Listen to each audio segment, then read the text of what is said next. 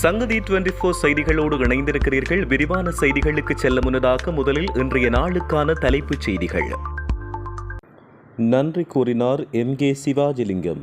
எஞ்சிய நிதி மாவீரர் குடும்பங்களுக்கு. வவுனியாவில் விபத்து, கணவர் பலி, மனைவி காயம். இலங்கையில் புத்தரின் பெயரால் தப்பித்துக் கொள்ளும் பிக்குகள். தேரருக்கு எதிராக சுமந்திரன் தொடுத்த வழக்கு நிராகரிப்பு. அவதூறு பரப்பியமை MP அர்ச்சுனா தொடர்பில் நீதிமன்றத்தின் அதிரடி அறிவிப்பு. 11 வயது சிறுமியிடம் அத்துமீறிய நபர், இளைஞர்கள் செய்த செயல். நாட்டில் சுமார் 100 பகுதிகளில் ஏற்பட்ட திடீர் மின்வெட்டு, சற்று முன் வெளியான அறிவிப்பு. 2 நீதிமன்றங்களில் தேடப்படும் பசில், CID அதிரடி பாய்ச்சல். வடமராட்சி கடலில் தொடரும் தேடுதல் நடவடிக்கை, 2வது நாளாகவும் தொடரும் தேடுதல். தொடர்பன விரிவான செய்திகள். யாழ்ப்பாணம் தையிட்டி பகுதியில் தனியார் காணியில் சட்டவிரோதமாக அமைக்கப்பட்டுள்ள திஸ்ஸ விகாரைக்கு எதிராக மக்கள் போராட்டம் ஒன்றினை முன்னெடுத்துள்ளனர்.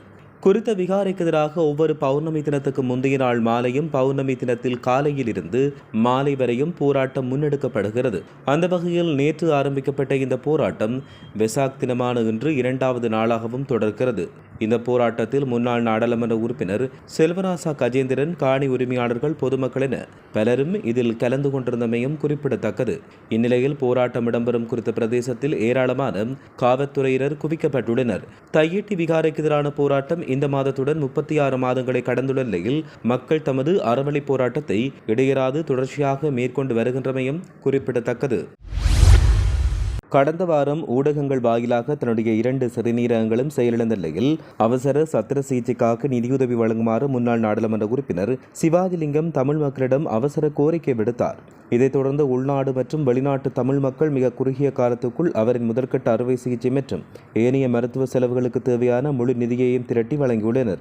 நிதியுதவி கிடைத்ததைத் தொடர்ந்து தனக்கு மறுவாழ்வளித்த தமிழ் நெஞ்சங்களுக்கு ஊடகங்கள் வாயிலாக அவர் தன்னுடைய நிகழ்ச்சியான நன்றியை பகிர்ந்துள்ளார். எனது உடல்நிலை குறித்து அக்கறை கொண்டு நிதியுதவி வழங்கிய உலக தமிழ் மக்களுக்கு என்னுடைய மனம் நிறைந்த நன்றிகள் என்று அவர் குறிப்பிட்டார். தனது சத்திர சிகிச்சை முழுமையாக நிறைவடைந்த பின் சிகிச்சைக்கு போக மீதமிருக்கும் பணத்தை சமூக நலன் சார்ந்த செயற்பாட்டுக்கும் விடுதலை போராட்டத்தில் உயிர் தியாகம் செய்த மாவீரர்களின் பிள்ளைகளின் கல்வி செலவுகளுக்கும் அவர்களின் நினைவு சின்னங்களை அமைப்பதற்கும் பயன்படுத்த திட்டமிட்டுள்ளதாகவும் அவர் அறிவித்துள்ளார். யாழ்ப்பாணம் கண்டி பிரதான வீதியில் வவுனியா ஈரப்பெரியகுளம் போலீஸ் நிலையத்துக்கு முன்பாக வெள்ளிக்கிழமை இடம்பெற்ற வாகன விபத்தில் கணவர் உயிரிழந்ததோடு மனைவி காயமடைந்துள்ளதாக ஈரப்பெரியகுளம் போலீசார் தெரிவித்தனர். கொழும்பிலிருந்து வவுனியா நோக்கி பயணித்த சொகுசு பேருந்தொன்று மோட்டார் சைக்கிளுடன் மோதியதில் இந்த விபத்து இடம்பெற்றது. விபத்தில் பெரிய உளுக்குளம் பகுதியைச் சேர்ந்த 30 வயதுடையவர் தனது மனைவியுடன் மோட்டார் சைக்கிளில் பயணித்த போது இந்த விபத்து இடம்பெற்றதாக தெரிவிக்கப்படுகின்றமை குறிப்பிடத்தக்கது. விபத்தில் கணவர் உயிரிழந்ததோடு பலத்த காயமடைந்த மனைவி வவுனியா பொது வைத்தியசாலையில் அனுமதிக்கப்பட்டுள்ளதாகவும் தெரிவிக்கப்படுகின்றமை குறிப்பிடத்தக்கது. நாடளாவிய ரீதியில் கொந்தளிப்பை ஏற்படுத்திய அனுராதபுரம் சிறுமி துஷ்பிரயோக சம்பவத்தில் சிறுமியை சீரழித்த பிக்குவை காப்பாற்ற தென்னிலங்கை அரசியல்வாதிகள் உள்ளிட்ட பிக்குகள் அவர்களுடைய செயற்பாடு மக்கள் மத்தியில் விசனத்தை ஏற்படுத்தியுள்ளது. சமூக வலைதளங்களில் கடும் விமர்சனங்கள் முன்வைக்கப்பட்டு வருகின்றன. அனுராதபுரம் சிறுமி துஷ்பிரயோக சம்பவம் சர்வதேச ஊடகங்களில் வெளியாகியுள்ளது. இந்நிலையில் பௌத்த மதத்தின் தூண்களாக கருதப்படும் பிக்குகள், பிக்குனிகள், உபாசகர்கள் மற்றும் உபாசியைகள் ஆகியோரின் அடிப்படையை சிதைத்து பௌத்த சாசனத்தை அளிப்பதற்கான உள்நாட்டு மற்றும் வெளிநாட்டு சக்திகளின் நடவடிக்கைகள் நாளுக்கு நாள் அதிகரித்து வருவதாக தேசிய பிக்குகள் ஒற்றுமை ஒன்றியம் குற்றம் சுமத்தியுள்ளதாக தெரிவிக்கப்பட்டுள்ளது. அண்மையில் தலைமை தீர தொடர்பான சம்பவத்தை மையப்படுத்தி அரசு சார்பற்ற நிறுவனங்கள் நவீன தொழில்நுட்பங்களை பயன்படுத்தி பிக்குகளுக்கு எதிராக அவதூறுகளை பரப்புவதாகவும் குற்றம் சாட்டப்பட்டுள்ளது. பலாங்கொடை கசப தேரருக்கு எதிராக நீதிமன்ற அவமதிப்பு வழக்கு தாக்கல் செய்யக்கோரி சமர்ப்பித்த விண்ணப்பத்தை யாழ்ப்பாணம் சாவகச்சேரி நீதவான் நீதிமன்றம் நிராகரித்துள்ளது. நாவற்குழி விகாரைக்கு குடிதண்ணீர் எடுக்கச் சென்ற சிறுமி மீது பாலியல் துஷ்பிரயோக முயற்சி மேற்கொண்டார் என்ற குற்றச்சாட்டில் கைது செய்யப்பட்டு விளக்கமறியலில் வைக்கப்பட்டு பின்னர் பிணையில் விடுவிக்கப்பட்டுள்ளார். குறித்த வழக்கு தொடர்பாக பலாங்கொட கசப தேரர் கொழும்பில் செய்தியாளர் மாநாட்டை கூட்டி நீதிமன்றத்தை அவமதிக்கும் விதத்தில் பகிரங்கமாக கருத்து வெளியிட்டார் என்றும் அது நீதிமன்ற அவமதிப்பு என்று குறிப்பிட்டு அது தொடர்பில் விசாரணை முன்னெடுக்கப்பட வேண்டும் என்று மனு தாக்கல் செய்யப்பட்டது. அது தொடர்பில் கசப தேரருக்கு எதிராக நீதிமன்ற அவமதிப்பு நடவடிக்கை எடுப்பதா என்பது குறித்த தீர்மானத்தையும் நேற்று அறிவிப்பதாக நீதிமன்றம் திகதியிட்டது. இந்நிலையில் வழக்கு நேற்றைய தினம் வெள்ளிக்கிழமை அடுத்து மேற்கொள்ளப்பட்ட போது சந்தேக நபரான பௌத்த பிக்கு பிணை நிபந்தனைகளை இதுவரை மீறவில்லை என்றும் பலாங்குட கசப தேரர் இந்த இந்த வழக்கை பொறுத்தவரை 3வது நபர் என்றும் குறித்த பலாங்குட கசபதியின் கூற்றுக்கள் நீதிமன்ற அவமதிப்பு வழக்கொன்றை தொடுப்பதற்கான தேவைப்பாடுகளை கொண்டிருக்கவில்லை என்று தெரிவித்து விசாரணை மேற்கொள்ள வேண்டும் என்று கோரி மனுவை நிராகரித்து கட்டளை பிறப்பிக்கப்பட்டுள்ளதாக தெரிவிக்கப்படுகின்றமை குறிப்பிடத்தக்கது. யாழ்ப்பாணம் தெல்லிப்பளை புற்றுநோய் வைத்தியசாலையின் வைத்தியர் ஒருவரை பற்றி சமூக வலைதளங்களில் அவதூறு பரப்பியதாக குற்றம் சுமத்தப்பட்டு பாராளுமன்ற உறுப்பினர் அர்ச்சுனா ராமநாதன் மற்றும் மற்றொரு வைத்தியர் உள்ளிட்டோருக்கு எதிராக நிகழ்நிலை காப்புச் சட்டத்தின் கீழ் தாக்கல் செய்யப்பட்டுள்ள வழக்கு யாழ்ப்பாண மேலதிக நீதிவான் நீதிமன்றத்தில் நேற்றைய தினம் விசாரணைக்கு எடுத்துக் கொள்ளப்பட்டது. தன்னை தொந்தரவு செய்யும் வகையிலும் அவதூறுகளை பரப்பும் நோக்கிலும் செய்திகளை பரப்புரைகளை மேற்கொண்டதாக தெரிவித்து தெல்லிப்பளை புற்றுநோய் பிரிவு வைத்தியர் குறித்த வழக்கை பாராளுமன்ற உறுப்பினர் அர்ச்சுனா ராமநாதன் மற்றொரு வைத்தியர் தனியார் ஊடகம் மற்றும் யூடியூப் தளங்கள் உள்ளிட்ட சில தரப்புகளுக்கு எதிராக தாக்கல் செய்திருந்தார். வழக்கு விசாரணையின் போது எதிர் மனுதாரர் சமர்ப்பணங்களை முன்வைக்கப்பட்ட நிலையில் குறித்த வழக்கின் கட்டளைக்காக எதிர்வரும் ஜூன் மாதம் 19ஆம் தேதிக்கு நீதிமன்றம் திகதியிட்டது. இந்த வழக்கில் தெல்லிப்பளை புற்றுநோய் வைத்தியசாலை வைத்தியர் சார்பில் சிரேஷ்ட சட்டத்தரணி லக்ஸான் டயஸின் வழிகாட்டலில் சட்டத்தரணி கனகலிங்கம் கிஷோபனாவும் பாராளுமன்ற உறுப்பினர் அர்ஜுனா ராமநாதன் சார்பில் சட்டத்தரணி கௌசல்யா நரேந்திரனும் ஆஜராகியிருந்தமையும் குறிப்பிடத்தக்கது.